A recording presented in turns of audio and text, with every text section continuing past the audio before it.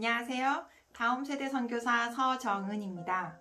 네, 우리 아이들이 미디어를 보면 안 돼요 라고 한 영상들 참 많아요. 그죠? 거기에 관련된 교육들도 참 많고요. 많이들 들어보셨을 거예요. 게임을 하는 아이들의 뇌를 살펴보면은 전두엽을 사용하지 않고 후두엽만 사용한다고 해요. 사실 우리의 성격이라던가 우리가 사고하고 생각하는 것은 전두엽을 통하여서 나오는 것이거든요. 그런데 우리가 깜빡깜빡 우리가 바라보는 영상들이 시신경을 통하여서 바로 후두엽으로 넘어갑니다. 근데 게임이나 드라마, 영화 같은 것들은 어떻죠? 내가 생각을 하고 이 후두엽에 있는 것이 전두엽으로 넘어오기 전에 다음 장면으로 넘어가게 돼요. 그러면 아이들이 어떻게 되냐면 생각할 수 있는 시간이 없어지는 거예요. 내가 그것이 옳은 것인지 그른 것인지를 분별할 수 있는 그러한 시간도 없어지는 거예요. 사실 그래서 게임을 할 때 보면은요, 근데 이것도 당연한 게 빨리 넘어가야 돼요. 내가 이걸 어떻게 해서 어떤 전략을 짜서 어떻게 죽여야겠다, 뭐 어떻게 해서 내가 이겨야겠다, 이렇게 생각 겨를도 없어요. 손가락이 먼저 움직이고요, 내 눈에 보여지는 것대로 그냥 감각적으로 움직이게 되는 거예요. 이렇게 게임을 많이 하고 영상물을 많이 본 아이들이 가장 힘들어하는 게 뭐냐면, 우리 생각해 볼까? 너는 어떻게 생각하니? 우리 한번 발표해 볼까? 우리 한번 정리해 볼까? 라고 하는 말들을 너무 힘들어하고 할 줄을 모른대요. 왜냐면 우리가 그것들을, 많은 정보들을 습득을 하고 나서 그것은 나의 것으로 나의 말로 표현해 본 적도 없고 내가 그것들을 정리해 본 적이 없기 때문에 그래요.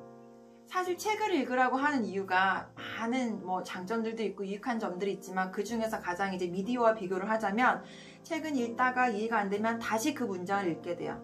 다시 또 읽게 돼요. 우리가 성경도 마찬가지잖아요.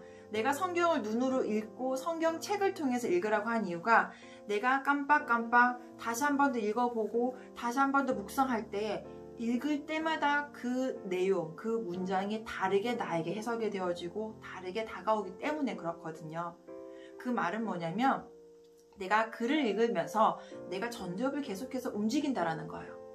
그런데 영상물을 보게 되면 너무나도 좋은 교육 영상이라 할지라도 아이들이 그것을 나의 것으로 만드는 과정들을 많이 생략하기 때문에 미디어를 통한 교육은 좀 위험할 수 있다는 거예요. 무조건 잘못됐다는 아니에요. 예를 들어서 2세, 3세 같은 경우에는 발달 과정을 볼 때에 이 아이들이 깜빡깜빡 정말 그 장면들을 그대로 흡수를 해서 영어 단어를 공부할 때도 그대로 그림으로서 인식하는 경우가 있기 때문에 미디어를 잘만 활용을 한다면 굉장히 큰 효과를 볼 수도 있어요. 나쁘다고 이야기하는 건 아니에요. 그런데 이것을 시기가 지나서 얼마만큼 시간을 이 아이들에게 활용을 할 수 있을지를 부모님들이 반드시 공부를 하시고 숙지를 하신 다음에 아이들에게 미디어를 노출을 시켜 주어야 된다는 겁니다. 이제 제가 EBS 영상들을 많이 보면서 이런 실험들을 했어요. 고등학생들을 대상으로 한 실험이었는데요. A라는 팀은 숙제를 내어주고 이것을 도서관에 가서 책을 통하여서 이 답을 얻어오라고 했고요. B라는 학생들에게는 인터넷 서치를 통하여서 이 내용들에 대한 답을 찾아오라고 했어요. A팀과 B팀이 다 숙제를 마친 후에 선생님이 1대1로 테스트를 보는 거예요. 그 내용에 대해서.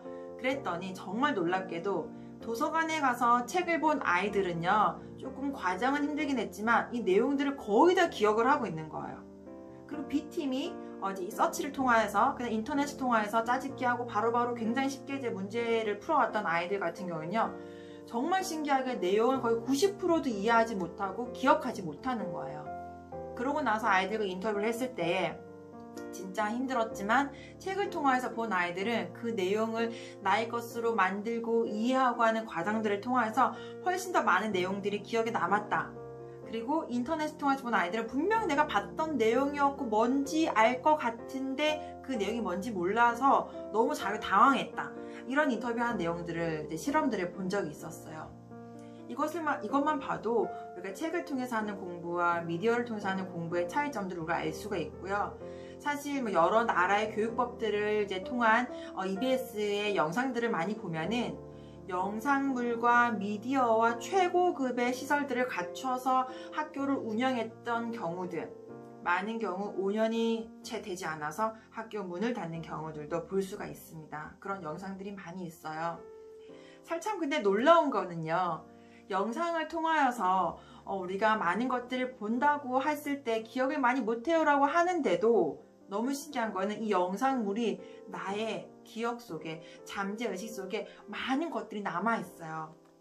그래서 아이들이 또 영상을 함부로 보지 말아야 되는 것들은 잘못된 노출 속에서 그 영상물의 잔해들이 이 아이들에게 좀 잘못된 것으로 영향을 미칠 수 있기 때문에 또 미디어를 조심스럽게 보아야 된다라는 참 연구 결과들도 많이 있거든요.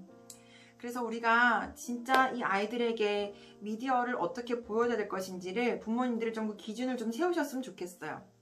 사실 식당에 가면은 요즘 엄마들이, 아빠들이 많이 하고 있는 거 있죠. 다른 사람들에게 피해가 끼칠까 싶어서, 조심스러워서, 또는 때로는 정말 본인의 식사 시간을 조금이라도 여유롭게 하고 싶은 그 마음 저도 이해하죠. 그래서 어린 자녀들에게 핸드폰을 쥐어주는 경우가 많이 있어요. 사실 좀 너무 안타까워요.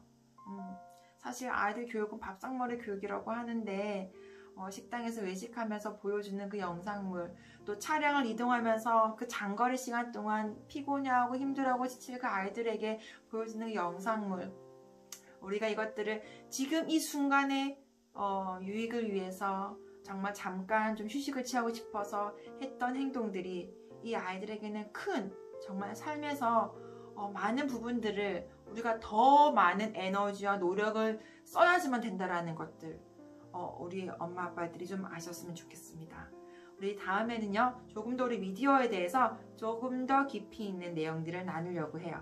오늘은 여기까지 하겠습니다. 안녕히 계세요.